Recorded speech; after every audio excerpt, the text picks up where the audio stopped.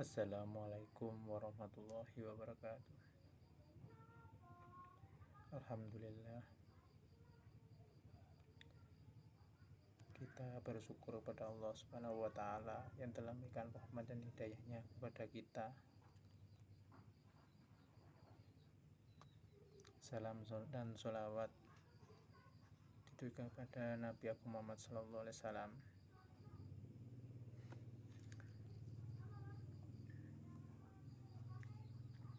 Dan pada kesempatan ini, di dalam video ini akan menerangkan sifat wajib bagi Allah, yaitu wujud ada, yang akan dipaparkan oleh Ustadz Muhammad Nuruddin. Selamat mendengarkan. Assalamualaikum warahmatullahi wabarakatuh. Assalamualaikum warahmatullahi wabarakatuh. Alhamdulillah wassalatu wassalam ala rasulillah wa ala alihi wa sahbihi wa man walah wattaba'a hudah wa ba'd. Allahumma akhrijna min dhulumatil wahm wa akrimna binuril fahm waftah alaina bima'rifatil ilm wasahil akhlaqana bil hilm waj'alna mimman yastami'una al-qawla fayattabi'una ahsanah. Subhanaka la ilma lana illa ma 'allamtana innaka antal alimul hakim. Wala haula wala quwwata illa billahil aliyyil azim. Allahumma 'allimna ma yanfa'una wa zidna ilma wa ba'd.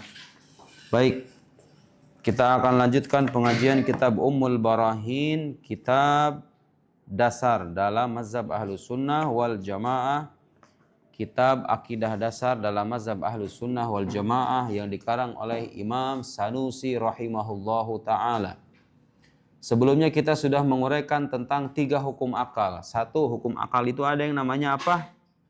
Wajib. Kedua, mungkin. Ketiga, wajib artinya sesuatu yang tidak mungkin tiada. Mustahil artinya sesuatu yang tidak mungkin ada. Mungkin artinya sesuatu yang bisa jadi ada, bisa jadi tiada. Kalau dia ada pasti ada sebabnya. Itulah alasan kenapa alam semesta ini mengharuskan adanya sebab di balik keberadaannya, dan dialah Allah Subhanahu wa taala yang wajibul wujud. Apa artinya wajibul wujud? Wujudnya bersifat niscaya. Maksudnya apa nih saya Bayu? Tidak bergantung kepada yang, karena kalau dia bergantung kepada yang lain bergantung kepada yang lain bergantung kepada yang sampai tidak ada ujungnya, seperti yang kita katakan, alam ini tidak akan pernah ada. Karena alam ini ada, berarti silsilah sebab akibat itu berakhir pada satu wujud yang tidak bergantung pada wujud yang lain, dan dialah Allah Subhanahu wa ta'ala. Setelah dijelaskan apa itu wajib, apa itu mungkin, apa itu mustahil, barulah Imam Sanusi kemudian menegaskan wayajibu. Masih di halaman 1, baris ke 1, 2, 3, 4, 5, 6, 7. Di buku saya, wayajibu ala kulli mukallafin syar'an. Wajib bagi setiap mukallaf. Wajib secara syariat ya. Apa kewajibannya? Ayya'rifa ma yajibu fi haqqi maulana jalla wa azza. Mengetahui apa yang wajib bagi Allah Subhanahu wa ta'ala, wa ma yastahil, dan apa yang mustahil, wa ma yajuz, dan apa yang boleh atau mungkin.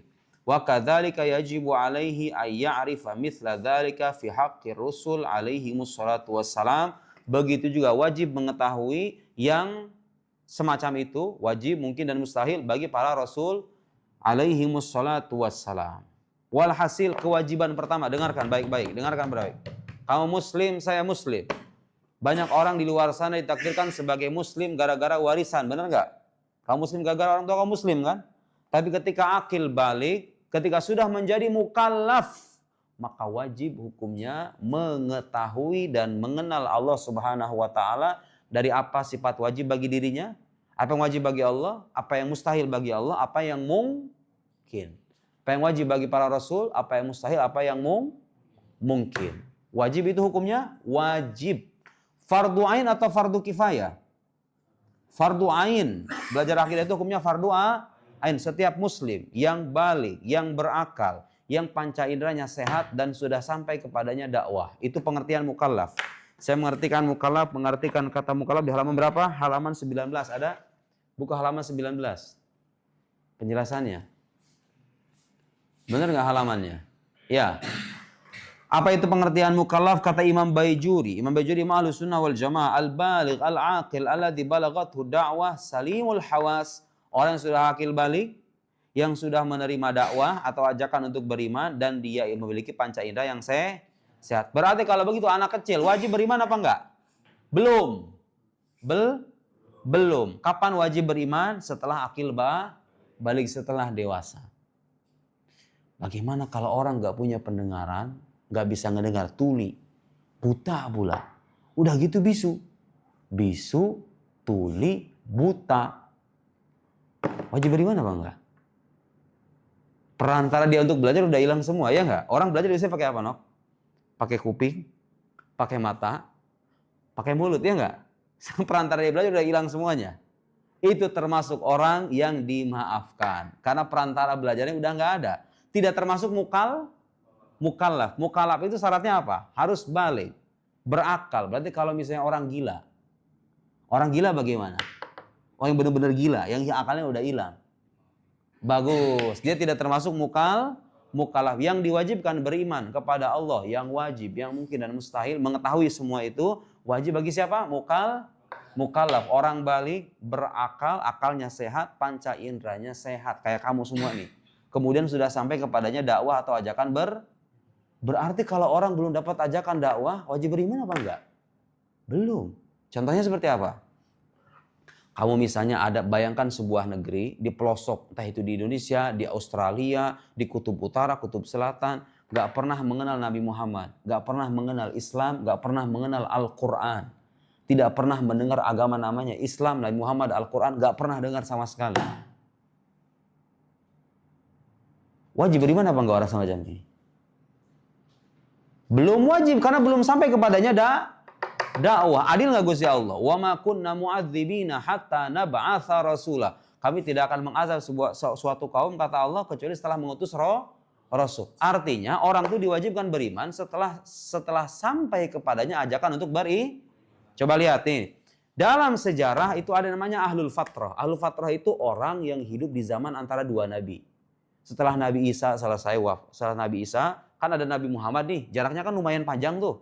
Ada orang-orang yang hidup di zaman ini nih, paham nggak? Nah, orang yang hidup di zaman ini belum menerima syariat. Nabi Muhammad kan belum ada kan? Oke, belum ada. Bagaimana hukumnya itu? Ulama Ahlussunnah mengatakan ahlul fatrah itu najud. Mereka itu selamat. Kenapa selamat? Karena belum menerima dakwah.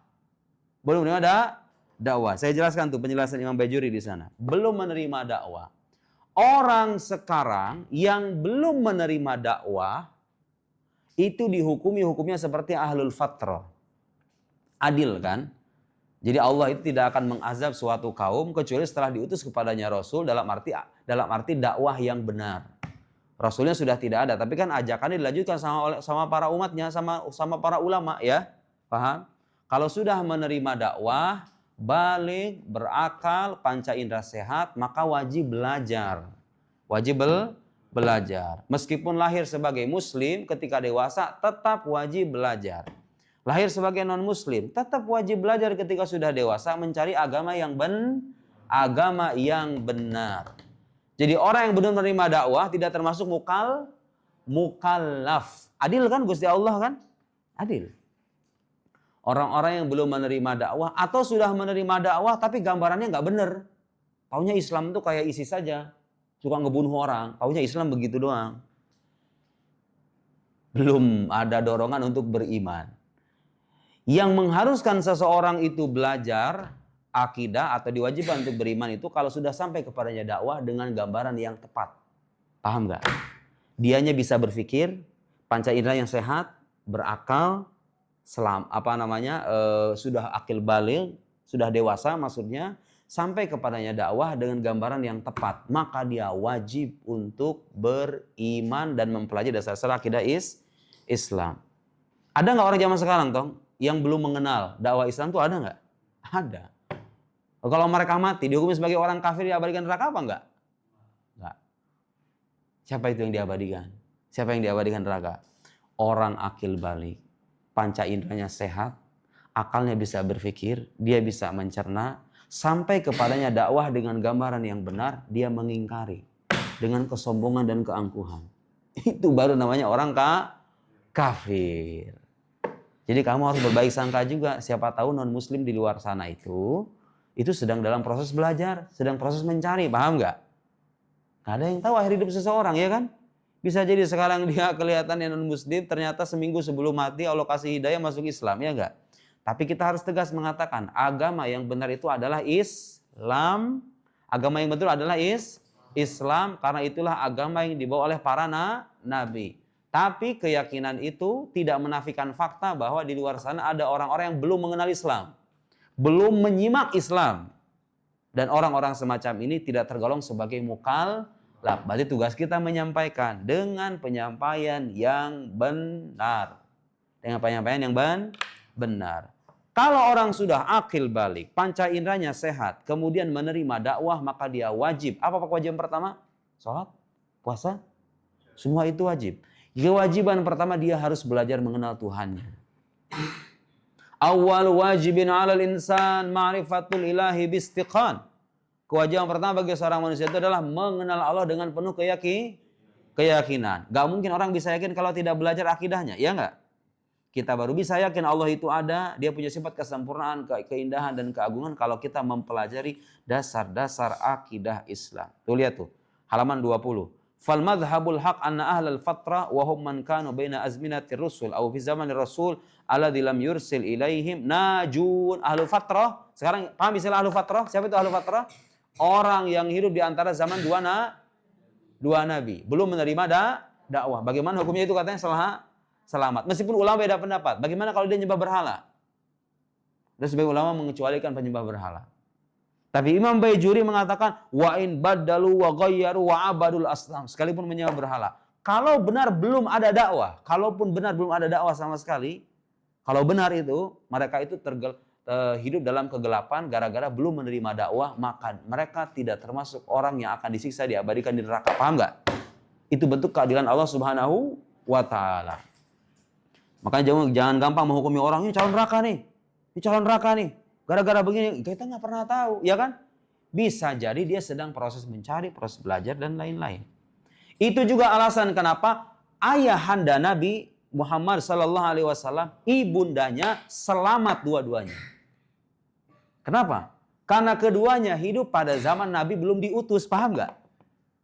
Jadi kalau ada orang bilang ayah ibu Nabi ada di neraka, itu orang nggak paham.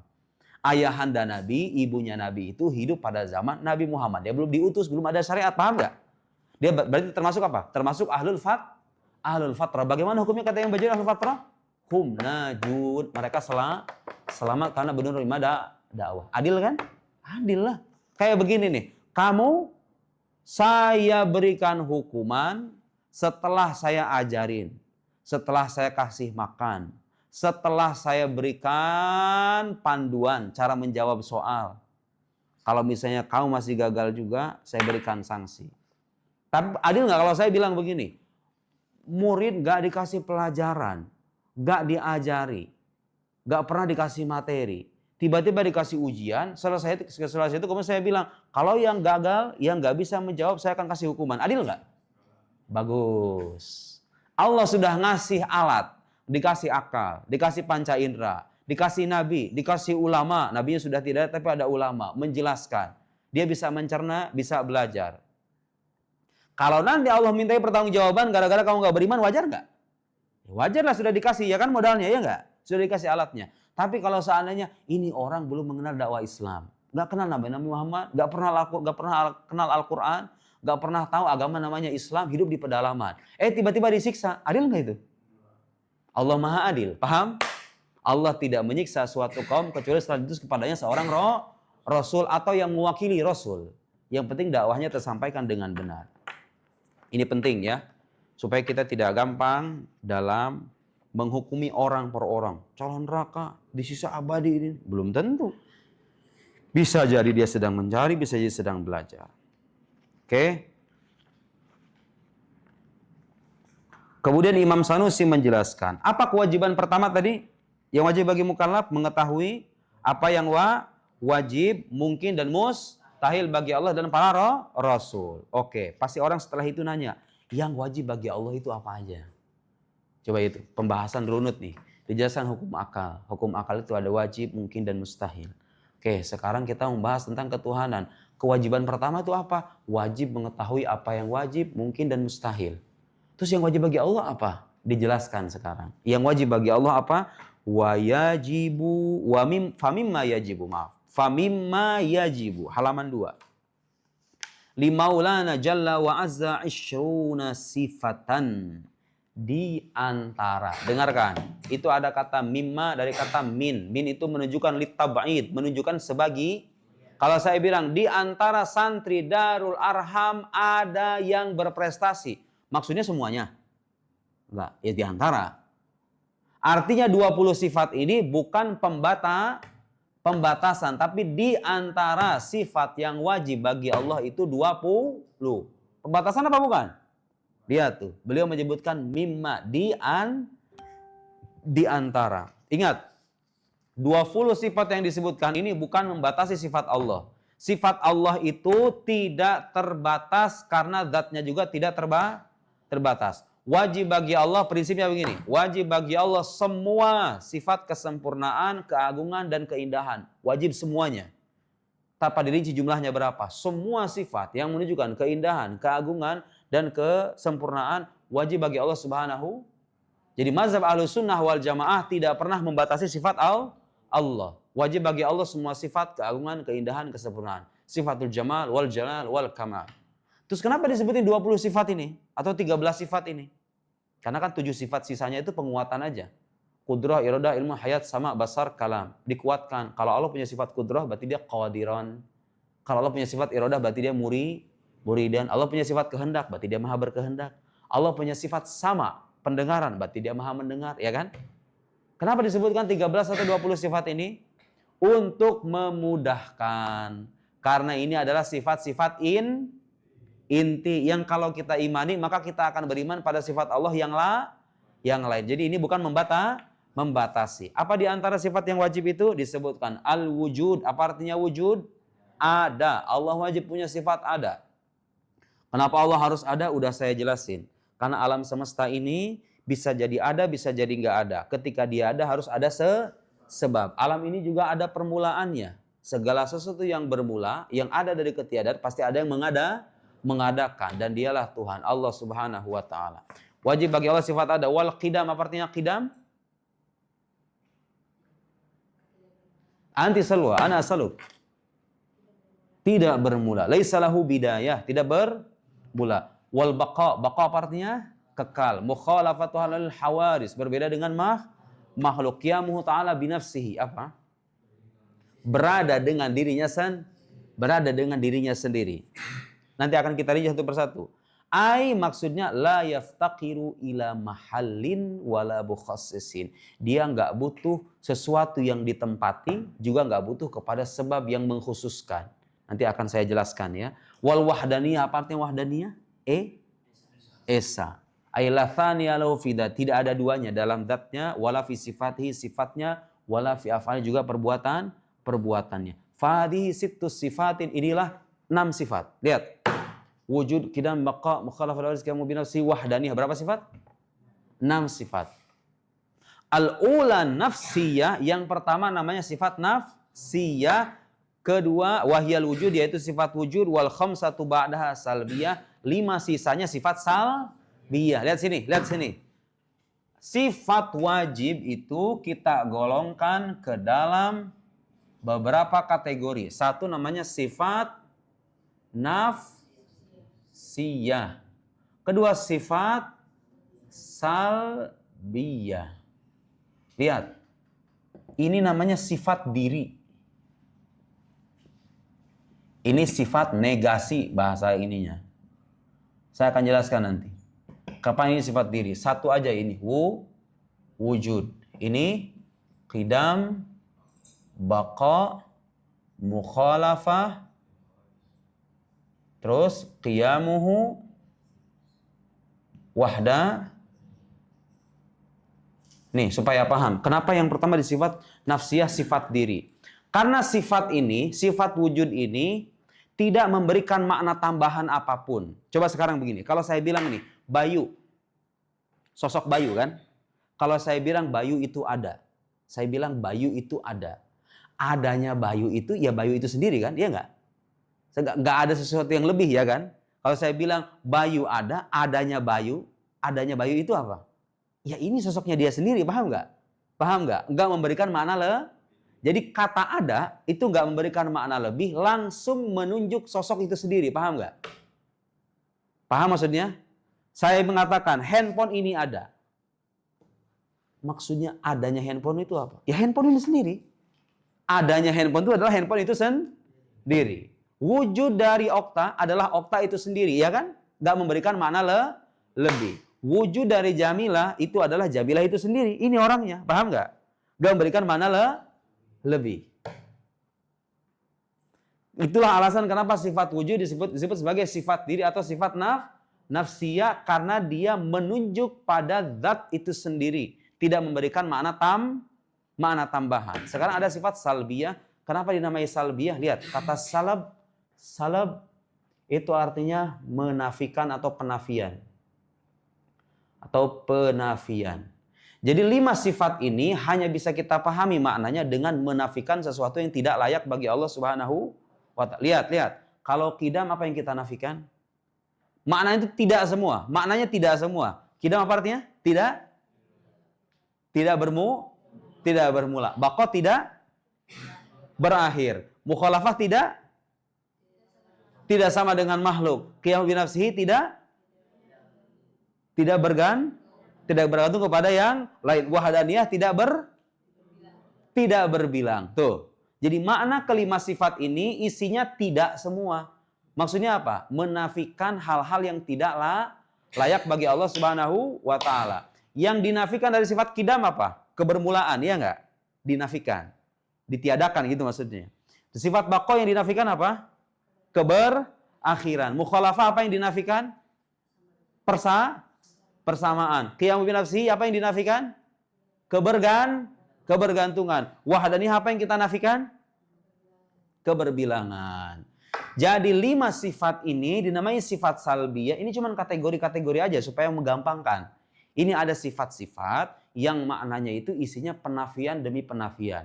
Menafikan kebermulaan, menafikan keberakhiran, menafikan persamaan, menafikan keberbilangan, menafikan kebergantungan. Makanya namanya sifat salbiyah, sifat negasi. Kenapa negasi? Karena dia menegasikan atau menafikan hal yang tidak layak bagi Allah Subhanahu wa ta'ala. Sementara sifat nafsiyah itu menunjukkan diri. Zat Allah itu sendiri. Kalau ditanya Allah punya sifat wujud. Wujudnya Allah itu maksudnya apa? Ya Allah itu sendiri. Bukan sesuatu yang berbeda dengan Allah gitu. Paham nggak?